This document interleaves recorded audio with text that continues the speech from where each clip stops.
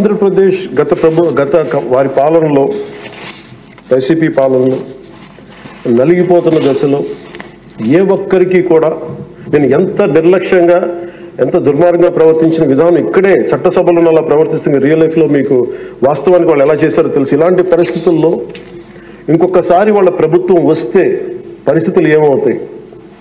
దాదాపు సుదీర్ఘ 4 దశాబ్దాల అనుభవం ఉన్న ఆయన్నే గౌరవ ముఖ్యమంత్రి గారిని 53 రోజులు జైల్లో పెట్టి యువ నాయకులు ఐటీ మంత్రివర్యులు వారు నారా లోకేష్ గారిని కూడా జైల్లో పెట్టడానికి ఇబ్బందులు పెట్టి ప్రయత్నాల్లో మనకి అచ్చెన్నాయుడు గారు గౌరవ మంత్రి అచ్చెన్నాయుడు గారిని ఇబ్బంది పెట్టిన విధానం ఇక్కడ మొదటి మీరు వచ్చినప్పుడు ఎంతమంది ఇబ్బంది పడ్డారు అంటే మొత్తం దాదాపు 90% హౌస్ చేతులు ఎత్తారు అధ్యక్ష ఆ రోజున. అలాంటి పరిస్థితుల నుంచి నేను కోరుకుంది ఒకటే అధ్యక్ష, ఆ రోజున ఆంధ్రప్రదేశ్ 5 కోట్ల మంది ప్రజలకి మేము అండగా ఉండాలి, దానికి ఏమి చేయాలని చెప్పి ఎక్కడా కూడా ఓట్లు చీలకూడదని చెప్పిన తర్వాత చెప్పింటే నన్ను తిట్టు లేదు అధ్యక్ష, అందరూ తిట్టారు నాకు. కానీ ఈరోజు నాకు ఆనందం ఏముందంటే అధ్యక్ష, ఈ రోజున గౌరవ ప్రధానమంత్రి నరేంద్ర మోదీ గారి దృష్టికి తీసుకెళ్ళి కేంద్ర నాయకత్వానికి తీసుకెళ్ళి ఆ రోజున మాకు ఇది కావాలి మీరు చేయాలి అని చాలా ఇంపాసిబుల్ టాస్క్లు అడిగాం అధ్యక్ష ఆ రోజున. ముఖ్యంగా విశాఖ స్టీల్ ప్లాంట్ అధ్యక్ష, విశాఖ స్టీల్ ప్లాంట్ అధ్యక్ష మీకు తెలిసిందే ఇది, కానీ ఒకసారి మన అందరం కూడా దీన్ని గుర్తు చేసుకోవాల్సిన అవసరం చాలా ఉంది అధ్యక్ష. ఇది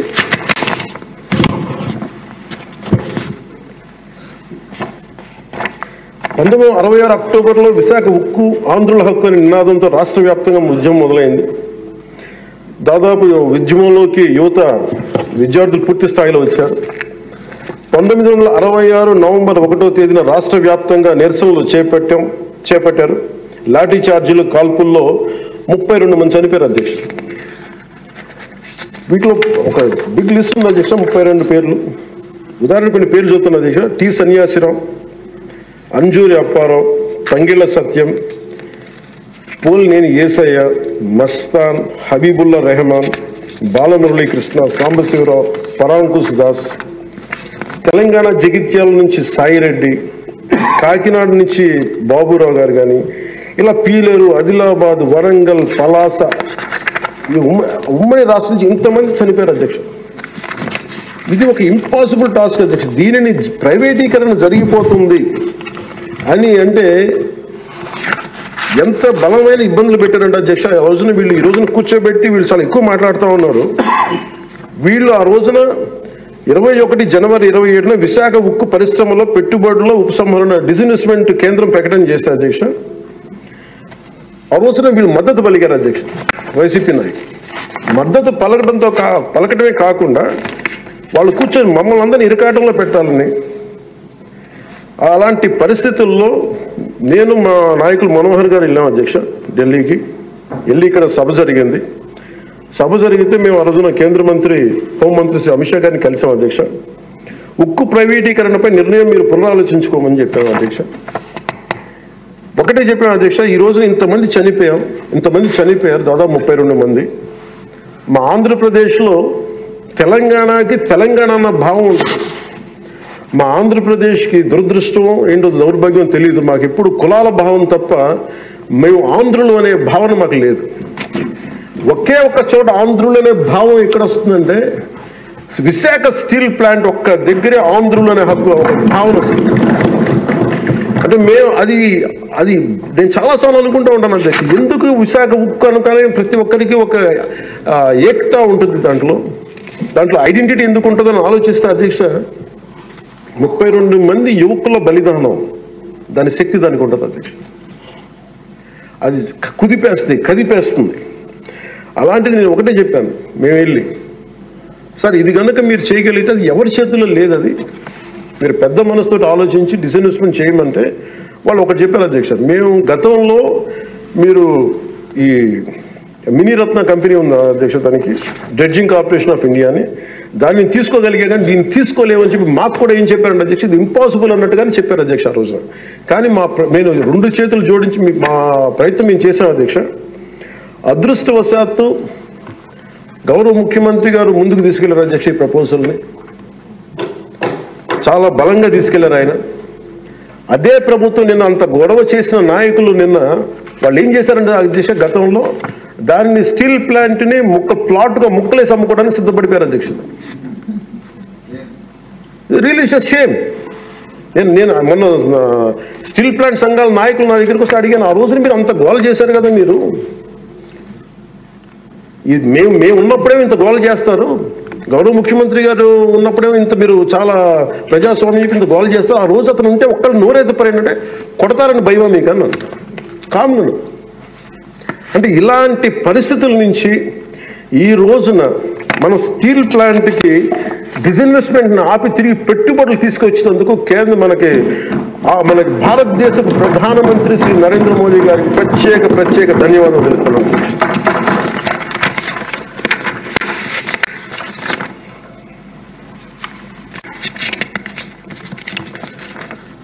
ఆ రోజు విశాఖ స్టీల్ ప్లాంట్ పరిరక్షణకి అఖిల పక్షం ఏర్పాటు చేయాలని మేము అడిగితే అధ్యక్ష, వాళ్ళకి గత ప్రభుత్వ నాయకుల్ని రాష్ట్ర ప్రభుత్వం స్టాండ్ ఏమిటో చెప్పాలంటారు. విశాఖ స్టీల్ ప్లాంట్ ప్రైవేటీకరణ జరగకుండా ఉంటే ఎలా ఆపుతారు చెప్పాలని, ఇలా కళ్ళబుల్లి కబుర్లు చెప్తే చూస్తూ ఊరుకోమని వాళ్ళకి మాట్లాడారు అధ్యక్ష. వైసీపీ నాయకులు కేంద్రం మా మాట వినదని చెప్పారు అధ్యక్ష. పదవులు కావాలి, బెయిల్ కావాలి పెడితే స్టీల్ ప్లాంట్ ఎక్కడి నుంచి వస్తుంది అధ్యక్ష? కేంద్ర ప్రభుత్వం ప్రవేశపెట్టిన ప్రతి బిల్లుకి మద్దతు ఇస్తున్నప్పుడు స్టీల్ ప్లాంట్ కోసం ప్రత్యేకంగా గనులు ఎందుకు అడగలేదని వాళ్ళు నిలదీశారు అధ్యక్ష.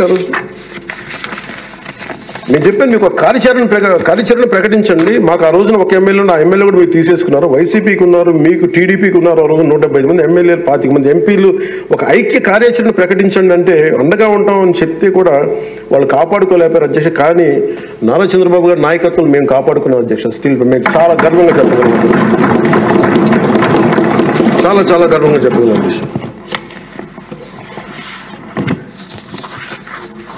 అలాగే దీన్ని ప్రత్యేకించి అధ్యక్ష, ప్రధానమంత్రి గారికి మన సభ నుంచి అందేలాగా ఆంధ్రప్రదేశ్ మన అమరావతి మన క్యాపిటల్ దగ్గర నుంచి వెళ్ళేలాగా అక్కడికి అందేలాగా వారికి నా కృతజ్ఞతలు తెలియజేస్తాను అధ్యక్ష. I take this opportunity to express my wholehearted gratitude to Honorable Prime Minister Sri Narendra Modi ji for his unwavering trust in the Andhra Pradesh government and for extending the immense support in every aspect of state development. मैं इस अवसर पर माननीय प्रधानमंत्री श्री नरेंद्र मोदी जी को आंध्र प्रदेश सरकार पर भरोसा दिखाने और विकास में सहयोग देने के लिए अपना आभार व्यक्त करता हूं. The Polavaram project, there are key things. One is Polavaram project. The central government stood by us. That is, number one is Polavaram project, the lifeline of Andhra Pradesh. The Polavaram project is crucial for irrigation, resolving the drinking water crisis across the state. Under the previous regime, the project faced severe neglect with less than 10% of the work completed, leading to unnecessary cost escalations and delays due to reverse tendering. After forming the new government, Honorable CM Sri Nara Chandrababu Naidu Garu reassessed the project status and sought central support. The central government under the leadership of Sri Narendra Modi ji responded immediately, approving 12,157 crore for 24-25 and 5,936 crore for 25-26, ensuring rapid progress towards completion. The second one is Jal Jeevan Mission, Adhyaksha, safe drinking water for every household. The mission aims to provide 55 liters of safe drinking water per person daily through tap connections across 95.44 lakh households in Andhra Pradesh. The previous government failed to achieve even 1% progress in 5 years. The central government has sanctioned 27,000 crore for phase 1, boosting implementation efforts. The Andhra Pradesh government also has requested 54,000 crore for phase 2 and successfully advocated for an extension of the mission till 2028. And we acknowledge and we thank Honorable Prime Minister Sri Narendra Modi. Another major development projects worth 2.8 lakh crores. On June 7th, from Visakhapatnam, Honorable PM Sri Narendra Modi ji inaugurated and announced 2,08,548 crore worth of development projects, including a Visakha railway zone, for strengthening and connectivity and boosting regional transportation, green hydrogen hub and bulk drug park, positioning Andhra Pradesh as an industrial core leader, Chris City in Krishnapatnam Industrial Area, Tirupati District, enhancing economic opportunities. Various national highway and railway projects improving infrastructure and connectivity. Urvakal Industrial Corridor driving employment generation in Rayalaseema region and reducing migration.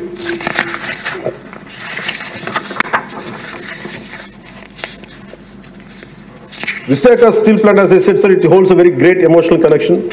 I'm grateful to Honorable PM for understanding and allocating funds for additional supporting, increasing its financial support from 620 crore to 8,620 crores for 24-25 and 3,295 crore for 25 and 26, ensuring its revival and profitability.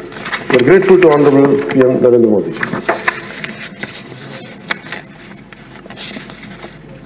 The central government has actively promoted regional heritage through Man Ki Baat and pilgrimage rejuvenation and spiritual heritage augmentation drive initiative, which is called, in short, the acronym is PRASAD initiatives. Andhra Pradesh Wooden Toys Tableau won a national award at the Republic Day Parade, bringing national recognition to our Andhra Pradesh craftsmanship.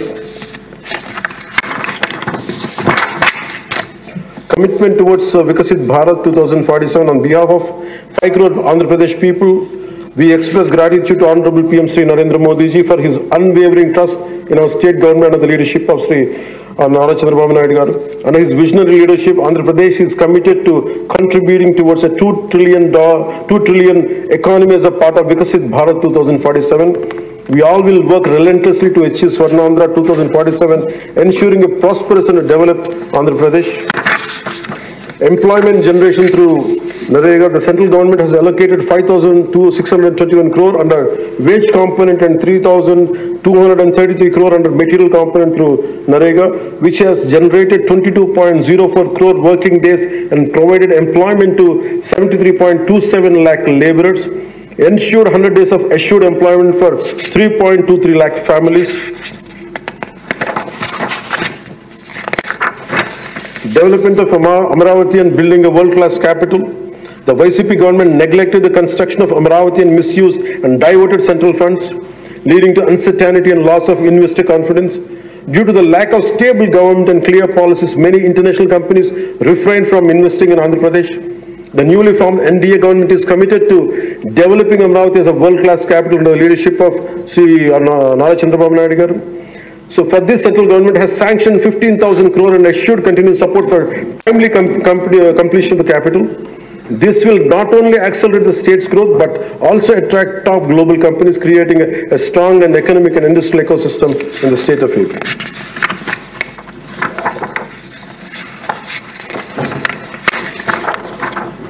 So once again, my sincere thanks to Honorable Sri PM Sri Narendra Modi ji and all esteemed central ministers for their support in transforming Andhra Pradesh into a growth powerhouse. एक बार फिर आंध्र प्रदेश को विकास महाशक्ति में बदलने में उनके समर्थन के लिए माननीय प्रधानमंत्री श्री नरेंद्र मोदी जी और सभी